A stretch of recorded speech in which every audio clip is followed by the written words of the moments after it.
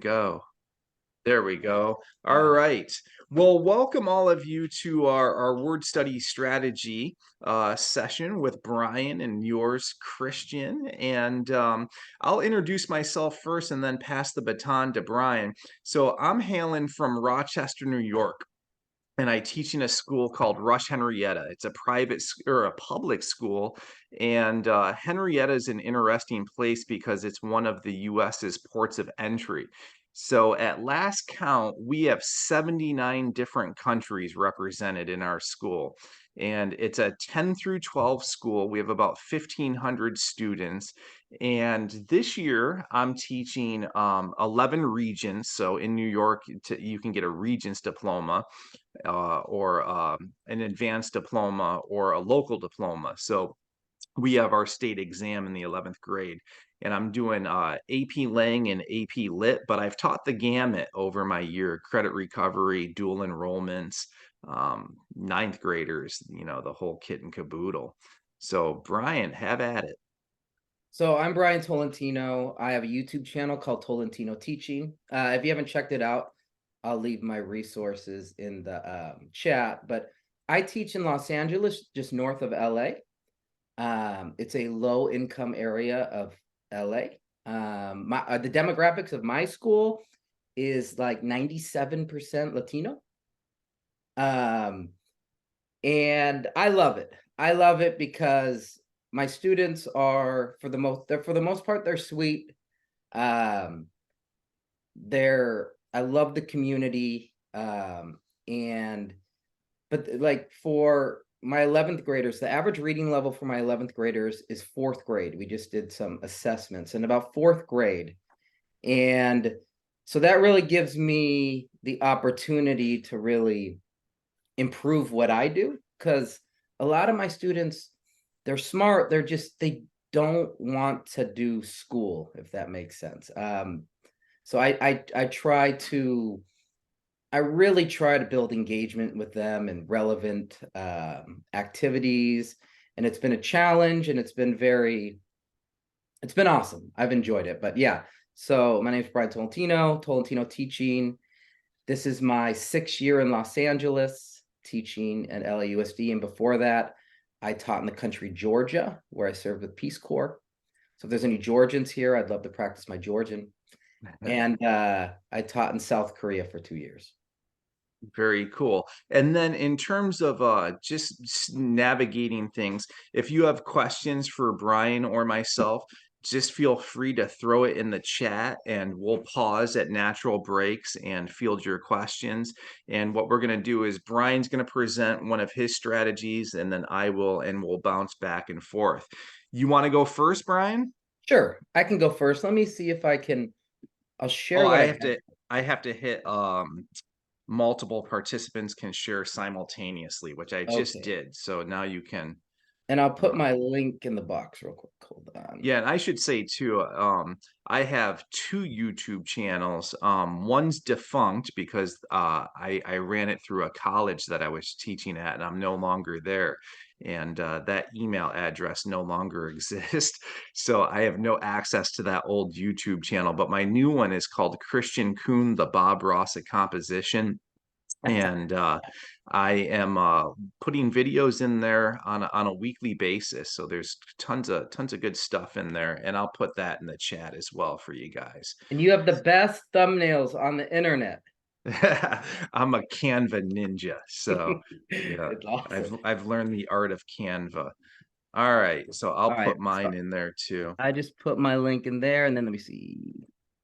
Boom. Can you see that? Yes.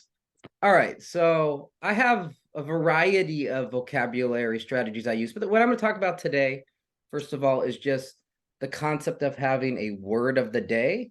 And if anyone has followed what I put online, you've seen my word of the day. So the purpose of the word of the day is I'm trying to build momentum with my students when it comes to vocabulary and learning. Many of my students, they tell me, big words aren't for me, or I can't learn big words. There's a disengagement from the process. So the word of the day, the purpose of it is to build momentum. everyone learns the same word of the day. We play games around a word of the day. And my favorite part of having a word of the day is each word of the day, we have a video and then we have a writing prompt. And the writing prompt is a low stakes writing prompt where I encourage students to experiment with language. I want this writing opportunity for students to experiment with words, and not just the vocabulary word we have for that day, but vocabulary words that they encounter outside of class, vocabulary words they encounter in documentaries and video games even. And for each writing prompt, I give a mini, I do this a lot, a mini writing contest. So once students turn in their writing prompt for, let's say the word is berate, okay, I look over everyone's, I do really quickly, I look over what students write. Did they experiment? Do they have good ideas? Did they use conventions properly? And then I choose one that stands out. And then that student is the writing champion of that day. And what it does, my goal is to make vocabulary and writing a positive thing, and where students are experimenting. So if you look on the screen, I have my words of the day. I have a little rubric I use, and I left this in the chat. So I have these units that I have in like an ebook format you can give to students. All of these are free. And as you can see, I have a word of the day, and I have multiple activities that go along for each word of the day. And at the end of every unit, or 8 words, we have a creative writing prompt where students use all 8 words in a creative story. And I also turn that into a writing contest. So I know I just dropped a lot, but I can show you a quick video. I don't know how clear they end up on the video. How much time do you usually spend each class on the vocabulary activities? So I try to do roughly 20 minutes. That's my goal. So for my students, I have difficulty getting them to focus at times. So I make a deal with them, 20 minutes of focus on this word, on this writing, no talking for this activity.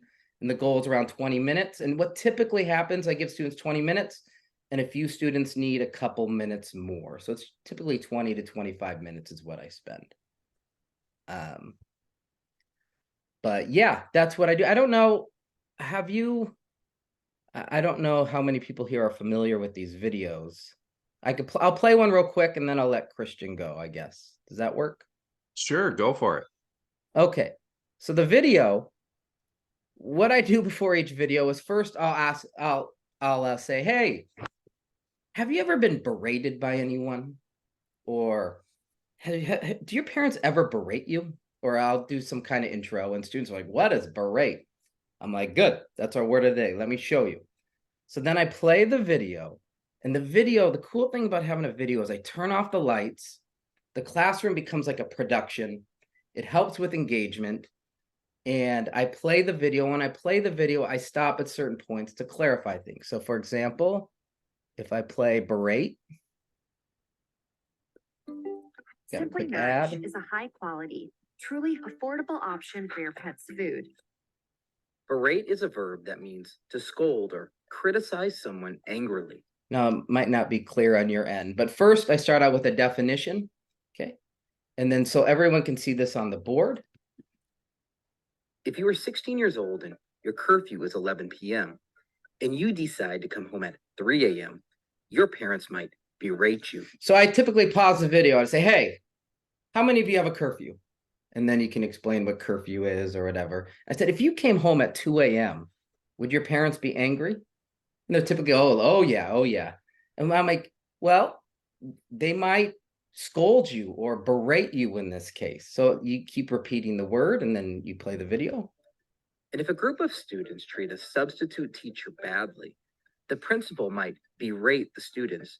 And now all the students have gone through this before, where the teacher has berated them for treating a sub badly, unfortunately. They can relate to that. Berate often suggests prolong and abusive scolding. So basically, the video goes over berate. I give them examples of the word used in context. And then at the end, they get a writing prompt. Write an explanation of when you think it is necessary to berate someone. So we've gone over the meaning. Now I want students to experiment with the word. I typically have students write 150 words or more. And while students are writing, I walk around and I encourage ideas. I encourage experimentation with all kinds of words. And I help them kind of use berate in an appropriate way. And sometimes I have sentence stems on the board, depends on the class. But yeah, so that's the first technique I have. Just a word of the day. It allows everyone to kind of focus on that one word. It brings a good classroom culture. We play games around these words, and it just builds momentum that I can learn these words. And the really cool thing about it is the students that graduate, they all come back and say, I forgot so many things from high school, but the one thing I remember are your stupid words of the day. They like, and they use them like, oh, I remember all these words. And there's something about a word of the day and just doing it consistently that really cements these words in their heads. So yeah. Very cool. All right. So I'll show you an activity that I do. Let me cue this up. And is this visible, Brian? Can you see that? Okay. Yep. Okay. So I contend that students know far more words than they think they know, that deep in the recesses and folds of their brains, they have thousands of words that they've absorbed in their 15, 16, 17-year career. But what happens is, they're not practiced writers. So like for me, I write a lot of poetry. I've written textbooks. I write pretty much every day. And as I'm going, clicking at my keyboard, I stop and I'm like, oh, what word am I looking for? Right. And I call that exercising the pause. And typically, when I exercise the pause, I'm trying to find a tier 2 level word. And by tier 2, I simply mean your average run-of-the-mill SAT level caliber word. So one of the things that I like to do with my students is to get them to exercise the pause. And I do a lot of gamification and edutainment. So like Brian, my students have an attention span of like 2.2 seconds. And I find that when I game things, they tend to focus a little better. So what I do is I split the class into two groups, and basically like families for Family Feud. And I give them these sentences that look like this. And one person from family number 1 comes up to the table. One person from family number 2 comes up to the table, and I have those little like red button pushers, and it says, "Thank you for shopping at Price Right." So whoever slaps the button first gets a guess at the blank here. And what I want them to do is throw in the best tier 2 level word that they can for this given sentence. So it says, while slicing an onion, Sylvia cut her thumb very deeply, so much so that it was dangling by a flap of skin. The thing looks so, and I want them to throw in words like gnarly, is a good word. But they go small. They're like disgusting. And I'm like, it's not really the most precise word. I want perfect words. I want exact diction, crisp diction. So ultimately what we do throughout this is we just kind of navigate through the teams, and I'll show you what my board looks like. Zoom's not very good at showing graphics well, but I basically have chosen 8 synonyms to go in there, and then I just rate them, right? So I think gnarly is like a really cool word to throw in there. Whatever tier 2 word works, and then I just rate them. I have my X's, so like if someone says disgusting, I might be like, nope, X, nope, that's too small. Like, let's really stretch the vocab a little bit. And through context, we hear a ton of words. And probably last year and the year before, Wordle was all the rave. And I know teachers were doing Wordles with kids, and a number of teachers reached out to me and said, I feel really guilty for this. It's not like the most pedagogically sound thing to do, but the kids really enjoy it. And in lieu of doing Wordle, I would do this exercise with my students and basically run the game over a long series of classes. So we would do 3 words in one class, and it would take us about 10 minutes, about 8, 9, 10 minutes. And we are on a block, so we have 86-minute periods. So I have a variety of word activities that I do, and this is one of the favorites, and the kids actually ask to play it. I have found over my years in the classroom that the elements of collaboration and competition are great for learning. Kids really like to compete against each other, and they argue against me. I'm the Steve Harvey of the classroom when we play Family Feud, and they're like, Mr. Kuhn, you're cheating. You like that team better. And I'm like, no, it's a better word, like for real. And if they get really stumped, a lot of kids, I ask them to download apps, and there's a synonym tracker app. So I would have them type in gnarly, and then get all the synonyms, and then we just kind of break down the board together if they struggle. So that's one of the ones that I do, and I'll show you something else that is really pretty cool. This is a PDF. Can you see that okay, Brian? The PDF? Yeah, it looks great. Okay, the big words you should know. So this is a free book. You can get a PDF online. My district in particular really loves it when I make free content, because we just don't have the coffers to be buying a lot of stuff. And I print this book out with our library and media staff provides a kid a copy of this. It's called The Big Book of Words You Should Know by David Olson.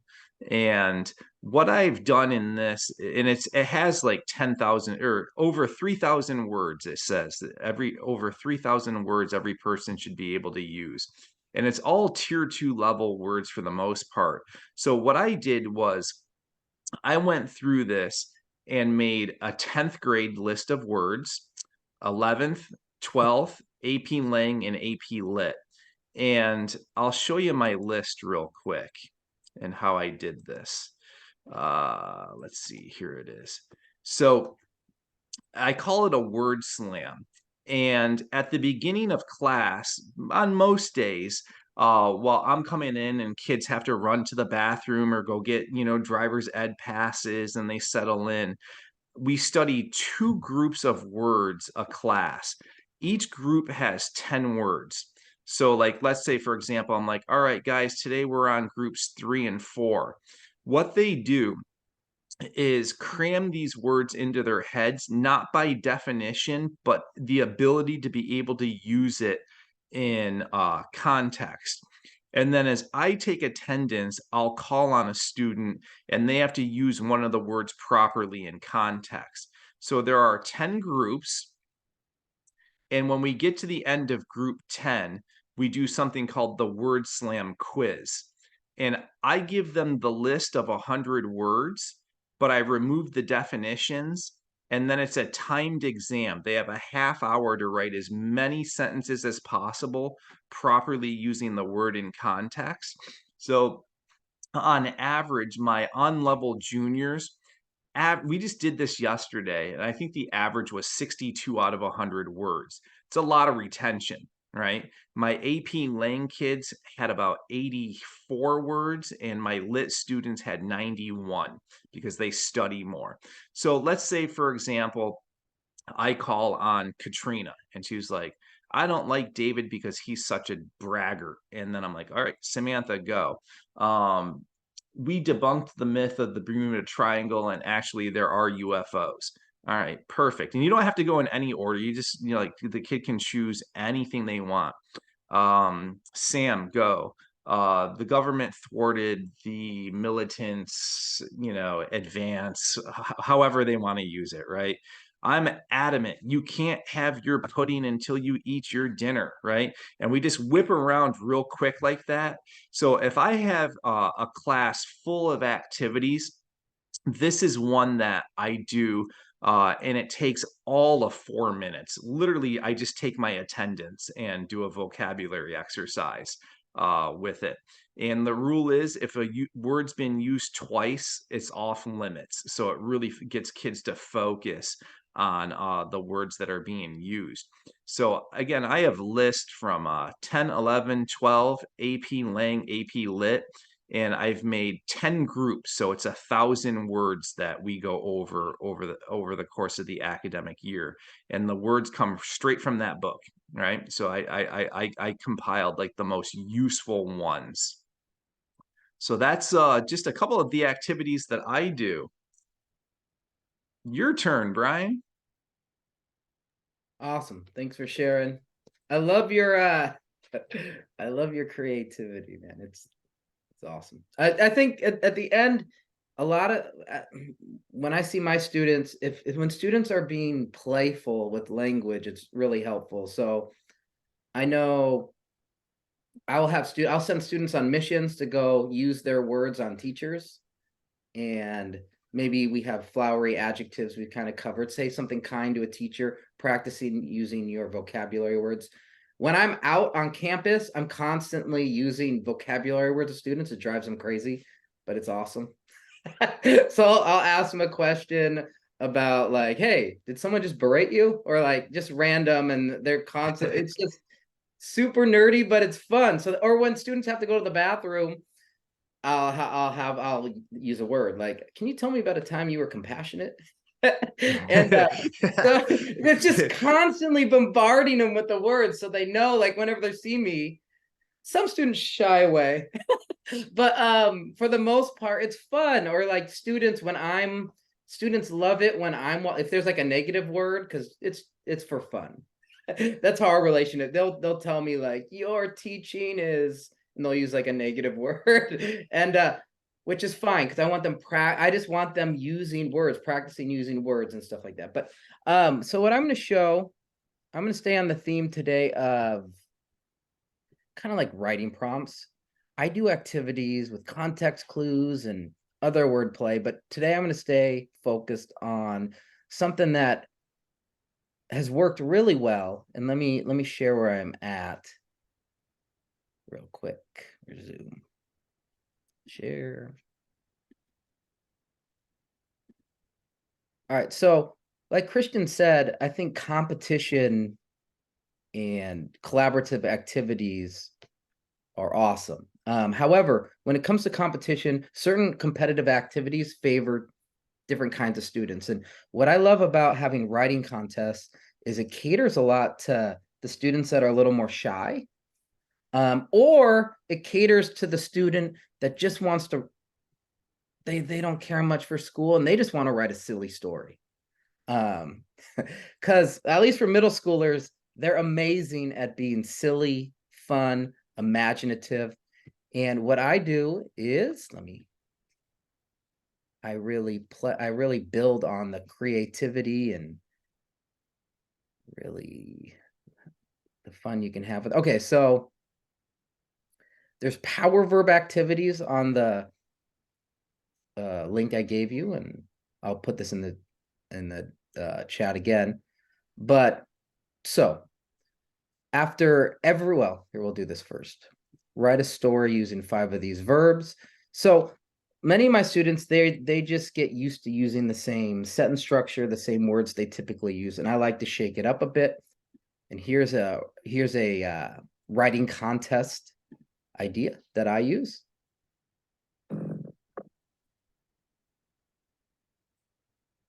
Sheba, what cats want?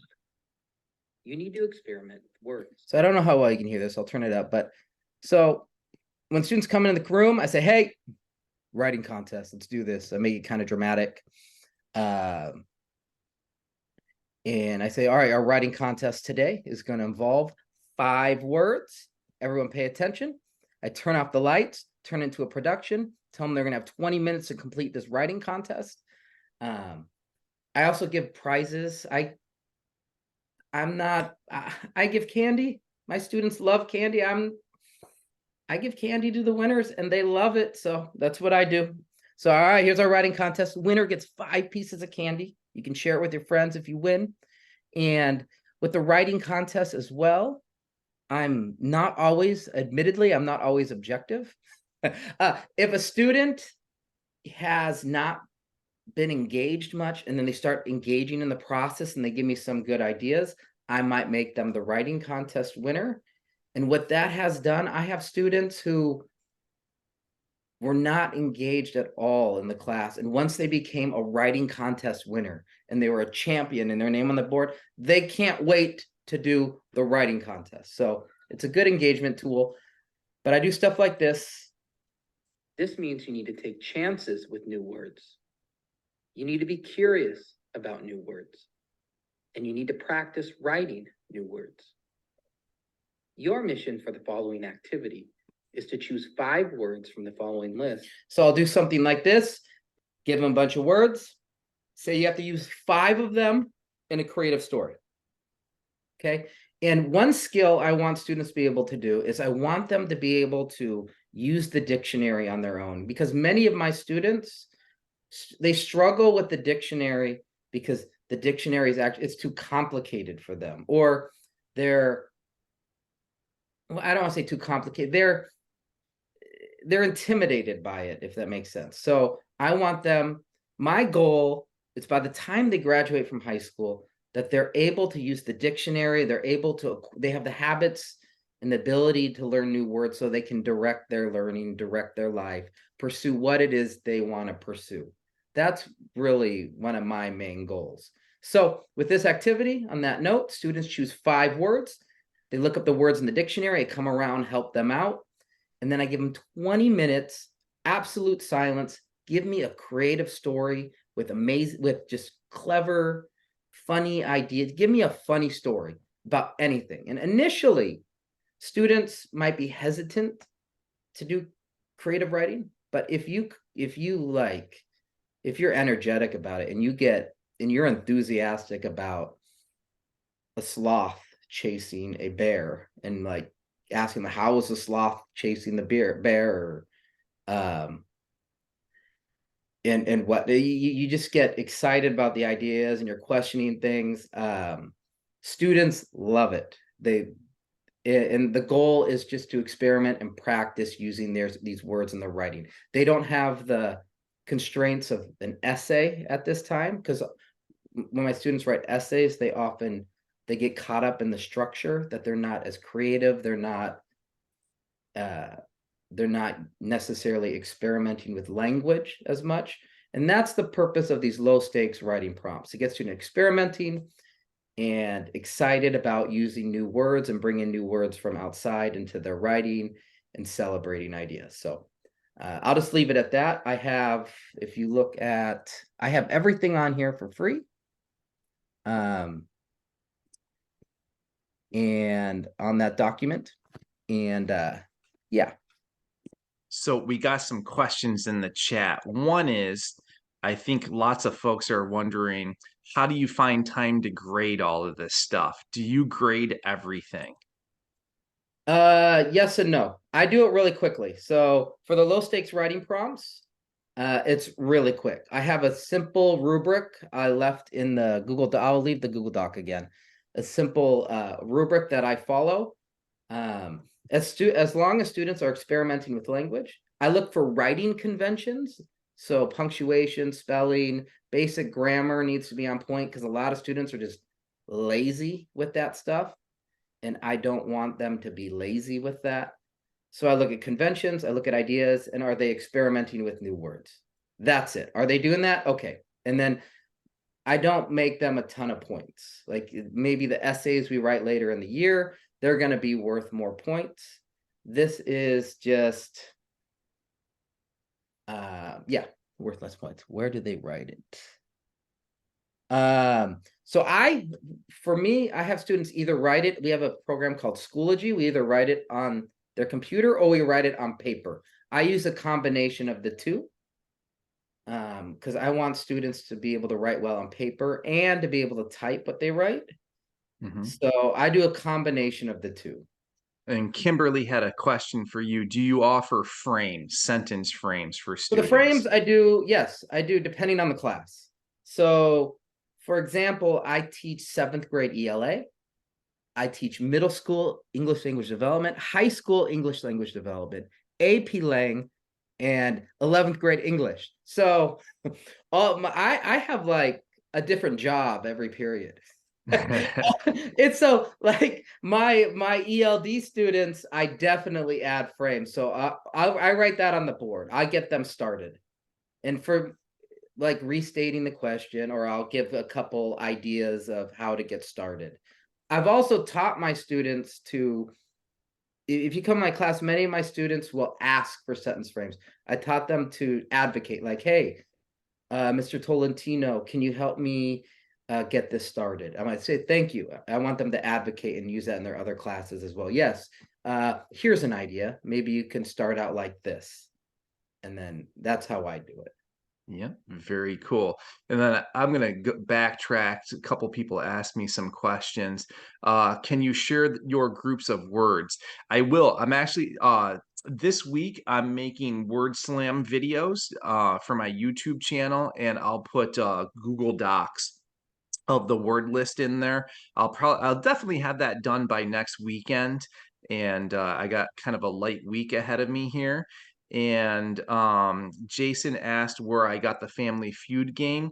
I think if you just type in a Google search, free Family Feud PowerPoint, there are a number of Family Feud ones. I think that one's free for the taking, and you can use it for educational purposes without copyright infringements. In fact, I reached out to the person who made that and said, do I have permission to put it into my YouTube video? And they're like, absolutely. So it's educational. I'm not profiting off of it. So they were really cool with that. And then Jason asked, how do you keep the contest from being lopsided? Wouldn't the same kids win over and over? I should have explained this before.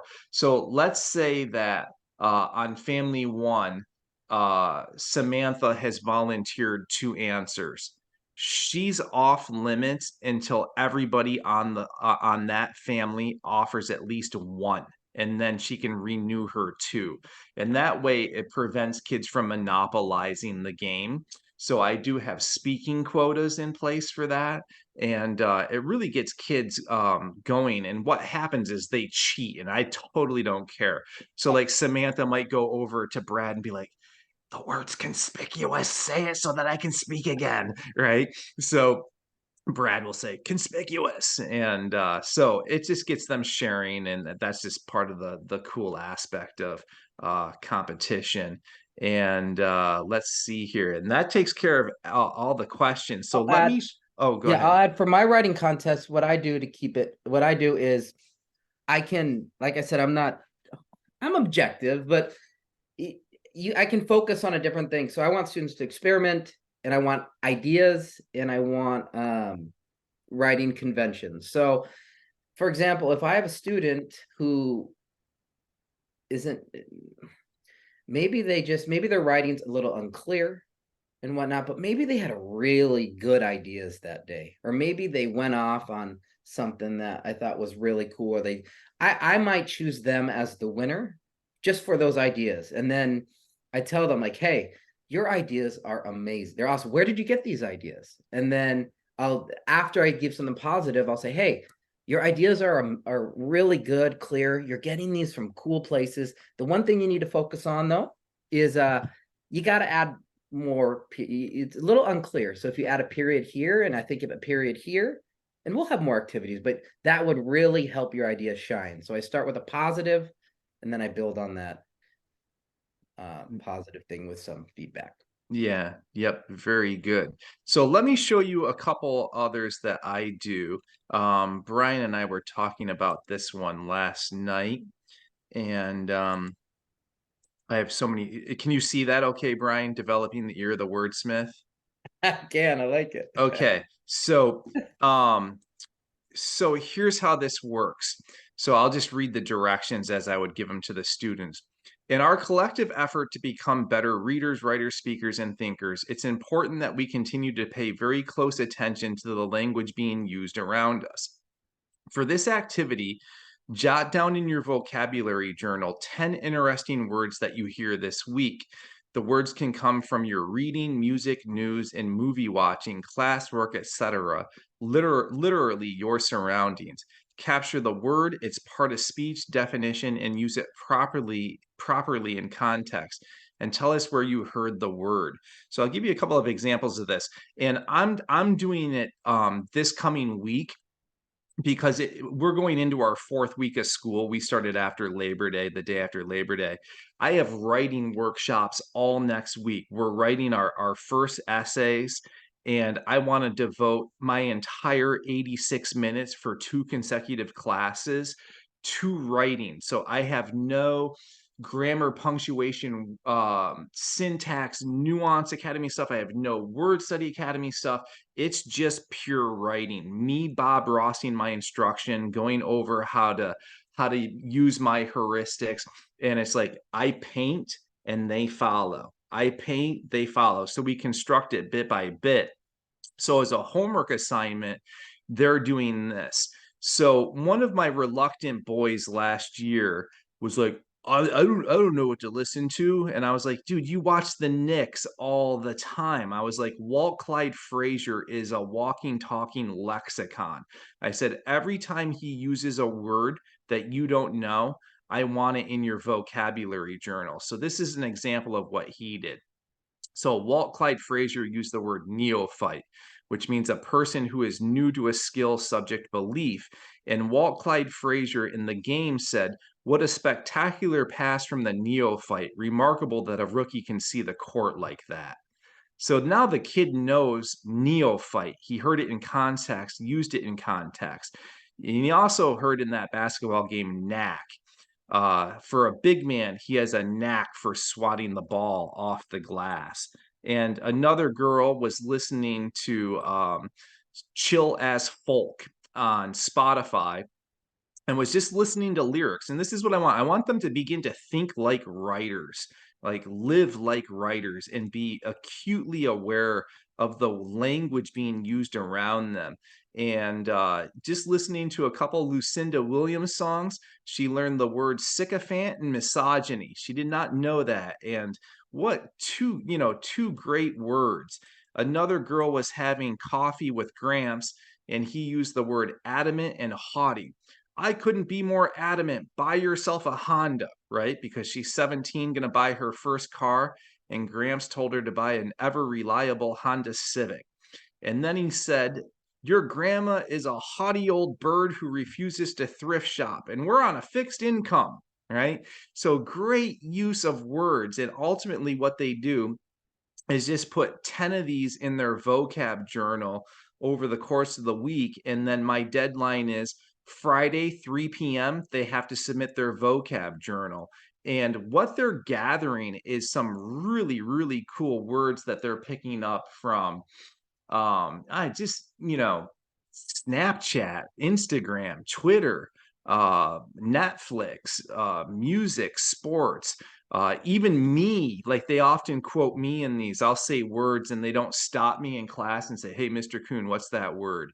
And so they'll look it up.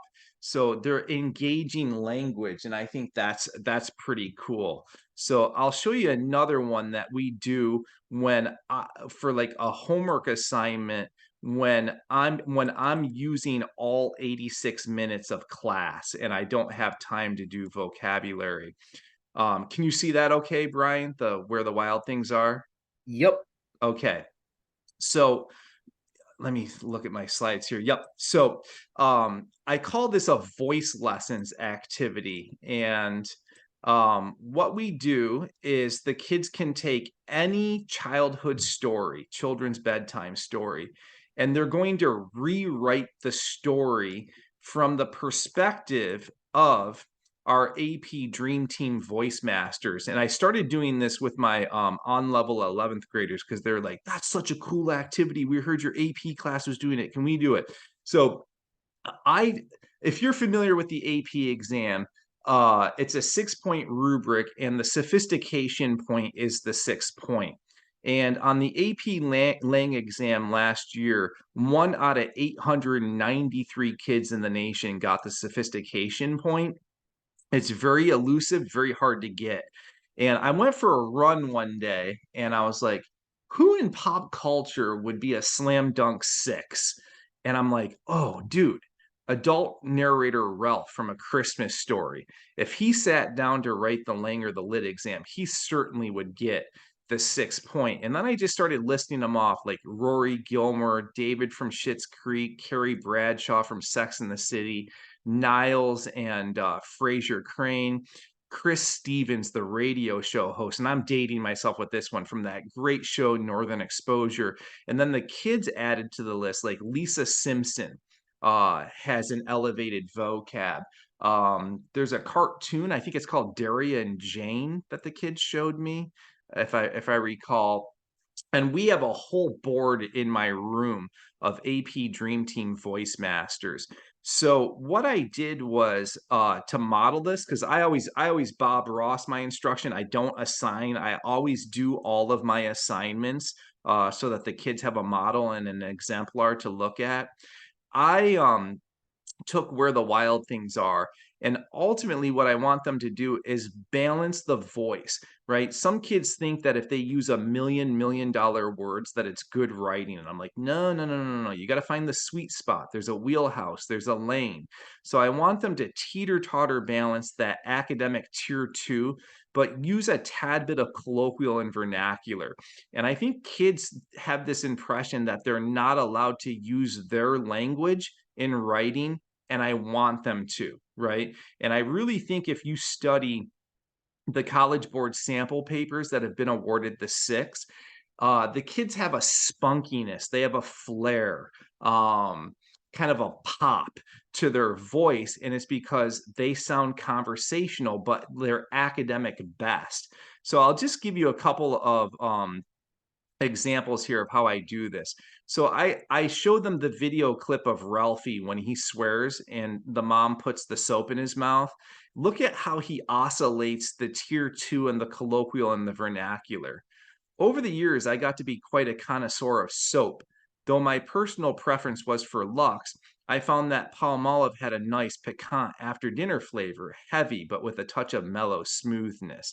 That's how I want them to write, right? That is some awesome stuff right there. And to get the kids to wield sentences like that for their voice rhythm and flow, I use a manual called Strunk and White Write It Right. It's a free PDF. You can get it online. And in it, they have something called Rule Number 18, in which they espouse the idea that there's 12 different ways to cobble together a single sentence.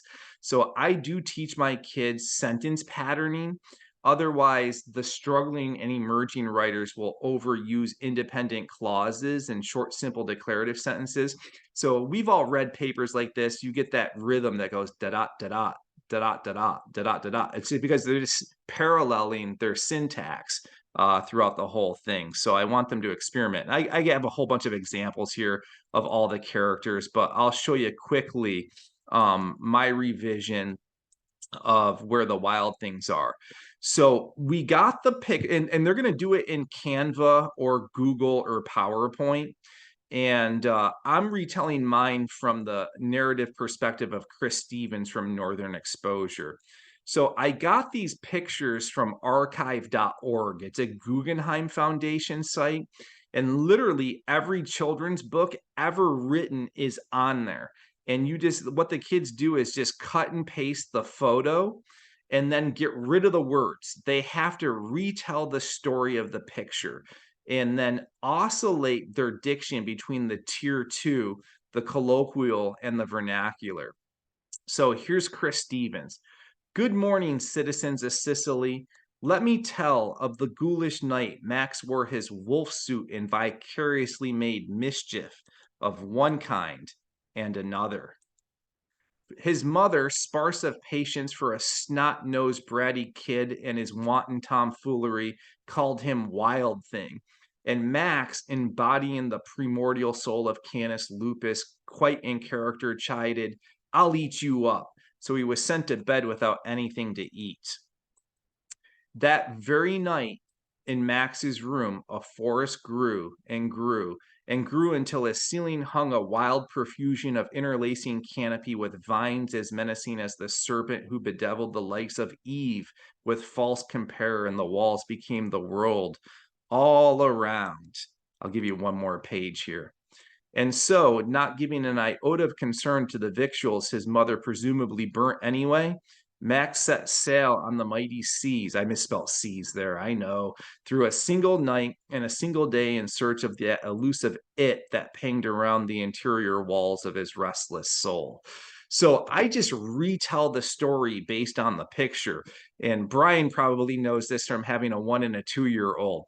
Oftentimes, my kids are all older now, they're out of the nest. My kids preferred my stories to the real stories. They're always like, show me the picture, but tell it in your own words, Dad. And so like I would always make up stories, and kids love this. So they choose, they choose some of their favorite bedtime stories.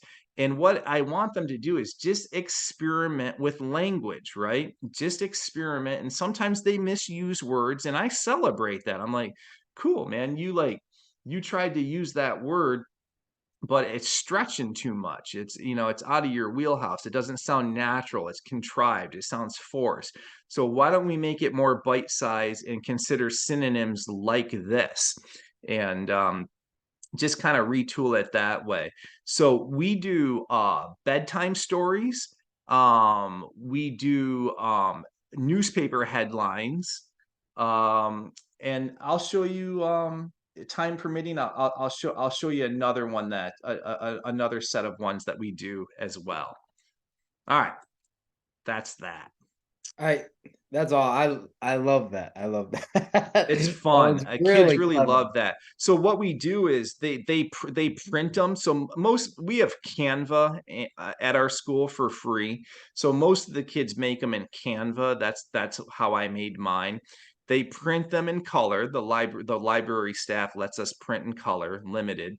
And I just set down stations and we read and evaluate. We leave kids comments on their stories. And, in a class of 24, kids get the exposure of, all those words, all that diction, all that tier 2. And it's a great way to augment their vocabulary and to see words in action. I love that. We have a few questions. Kimberly, do you have them use the format of the Freyer model for vocab when they're putting these in their vocab journals? Or is the format up to the students as long as they include all the info you require? Just all the info I required. I'm not, too exacting or particular, however they want. And could this work? Kimberly asked another question. Could this work? Thinking of honor sophomores, making Othello into a children's book and using vocab words either from the play or not. You gave me an idea. Yes, that's a video forthcoming, Kimberly, for sure. Absolutely. I absolutely plan on doing that. That's a cool idea. Yeah, I like that a lot. And you could actually tie it to like how I run my word slams too, and have them use words from the list of 100. So yeah, you just planted some creative seeds for me. Pretty cool. Yeah. All right, Brian, we got time to present a couple others. You want to have at it? I mean, I think today my focus was on the word of the day and the basically my creative writing prompts to get students experimenting with language. Did you want to present one more, or do you want Yeah, I'll show you one more that I have. One more, yeah. So English teachers love this one. So can you see? I have so many windows open. Can you see this? So that's David Sedaris. We all love David Sedaris, and at the end of last academic year, he went on CBS Sunday Morning and did a monologue that he entitled "On Irritating Word Choices." And I probably had 30 text messages from teachers like, "Kristian, you got to do something with this one. This is right in your wheelhouse." So what I had my students do is this. We watched the video 3 times, and then we built a generalized template around how Sedaris structured his piece. And what he did was he chose 3 words and or expressions that irritate him. So if I recall, he doesn't like to be called chief. He doesn't like it when people say perfect. And I forget what the other one was. I forget. So I want students to write a monologue highlighting how any 3 words, expressions, phrases irritate them in the style and manner of Sedaris. And then, as always, teeter-totter the tier 2, the colloquial, and the vernacular. So I Bob Rossed it for the kids so that they have a sense of how to do it. And I'll show you a couple of my slides here. If I had mad sick writing skills, I'd be able to convey to you the extent to which I want to put my head through a freaking brick wall whenever someone is amazed beyond the point of being both mad and sick in mutually exclusive ways. Like that prattling sentence, it's mad sick in its layers of connotative and denotative implications. Let's say that someone of the ilk of LeBron James makes a spectacular dunk that posterizes an opponent like none we've ever seen before. Dude, you see that mad sick dunk? Or some kid struts into the prom with some mad sick tuxedo, all while rolling up in a mad sick limousine. The dunk is perhaps mad because it is sick. Maybe the emphatic nature of its forcefulness caused a bit of ire and angst that somehow and in some way caused someone to get sick.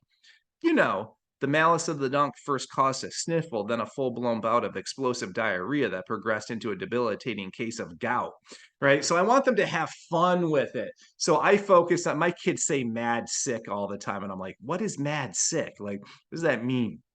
So I chose 2 other words as well, or phrases, and just ran amok with it. And so students had a great time with this. Again, we built it in Canva and printed them out, and the students had to share their monologues in class. It actually became a public speaking performance, which totally an aside here. Ever since COVID, I've noticed that classroom discourse has changed. Kids are more reticent and reluctant to talk. So I've been doing more public speaking exercises the last 3 years than I had done previously. It builds classroom culture and kind of breaks down the barriers of having wore masks for 2 years. Kids didn't talk because they had their mask on. And then they came back without their masks and they wouldn't talk. So I do a lot of public speaking now early in the academic year to get that chit chatter going and to build community. I love it. Yeah, I've noticed that as well. The students they don't want to talk. So I do a lot of think, pair, share, which is common to do. And then what I do with the vocabulary words is I have students, I don't have this online, but what I do is, besides writing the words creatively, being able to answer questions in writing using their vocabulary words, I have a conversation with students using their words. Just a fun conversation. It's a cool way of integrating speaking. And a lot of my students are very shy about public speaking, so I do a little bit of it, but I like having the one-on-one chat with students where we just have fun using the vocabulary words in a conversation. And that tends to get, I have students that are just very shy and whatnot, and they kind of, when it's just me and them, and we build that trust and we use the word after we have our conversations, they're typically not as hesitant to speak. I don't know. I try to ease them into speaking, I guess. So me too.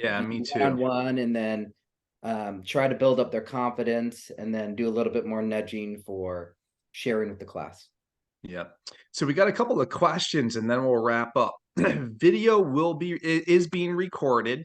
I'm going to pass the recording on to Brian so that he can put it in his YouTube channel. I'll put it in my YouTube channel as well. So again, my new YouTube channel is called Kristian Kuhn, the Bob Ross of composition, and Brian's is Tolentino Learning, correct? Tolentino Teaching. I'll put it in Tolentino Teaching. Okay. Yeah, I'll put my website and YouTube channel in there. So we got a couple of questions for you and a couple for me. What do you use to make your videos? I use a program called Video Scribe, and I started using it during the pandemic because we went online and the students weren't having it. So I was looking for any way to engage students. So I experimented with Video Scribe. I love it. I'm not super tech savvy. But like anything, there's a learning curve. It took me a couple weeks to really get down. And then after that trial period, it's pretty simple to use. And I need it because my students, when I talk for more than 10 seconds, my students they just have difficulty focusing. So I'm trying to engage them in many different ways. So I talk to them about stuff. I play the video. I turn off the lights, make it a production. Then I turn it off. We talk about more. Then I replay the video. And yeah, it's the video format's been really good for engagement. Yeah, and that's why I put it up. There's a correlation. The more I talk, the more engagement goes down. You know, it's the same with my kids. So, and then someone asked my new videos, like with my new channel, I'm using a combination of Screencast-O-Matic, Audacity, but the main platform is Canva. And so to make all those claymations and things of that nature, I'm just right in Canva. They have a great video editing software. You can make cartoons and claymations, add graphics. It's with the premium account, so I have to pay for that. Let's see, questions.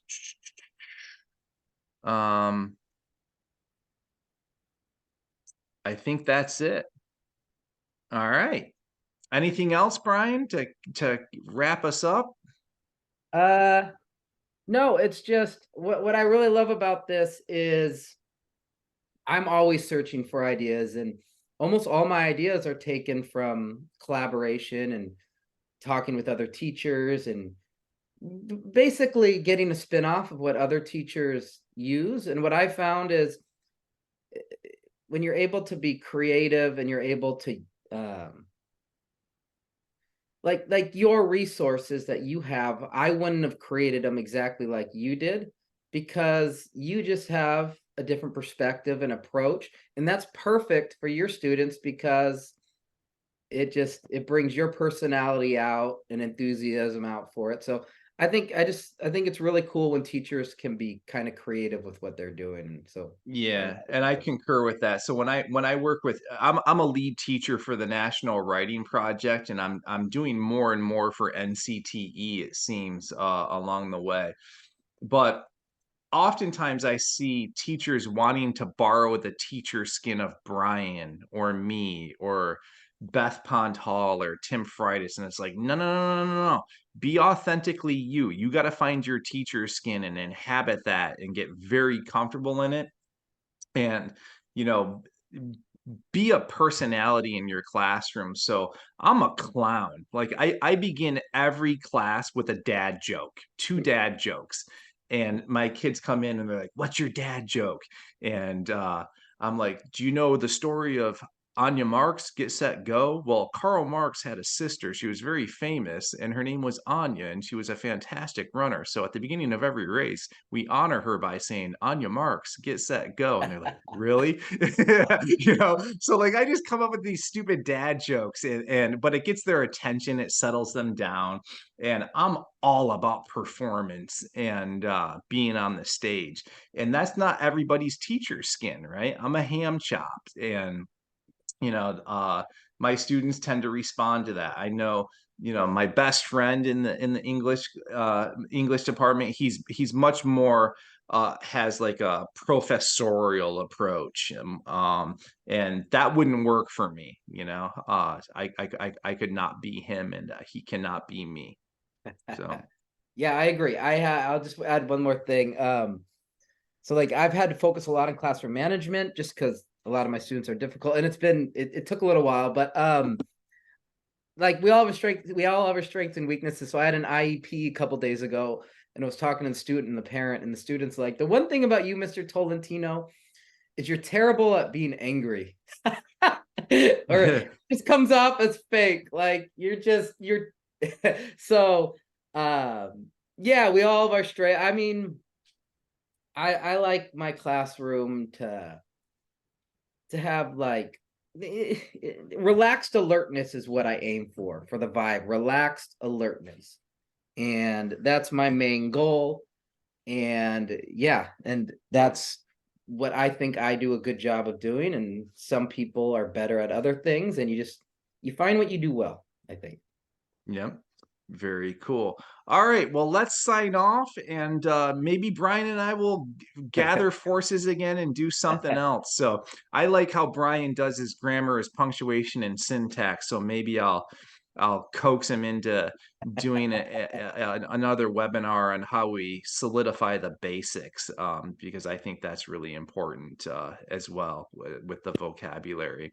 So see you around, and subscribe to our channels and be kind on that like button. So it helps the algorithm out. So, Awesome. Thank you, all right. everyone. Thanks for joining us, everyone, and enjoy the rest of your Saturdays.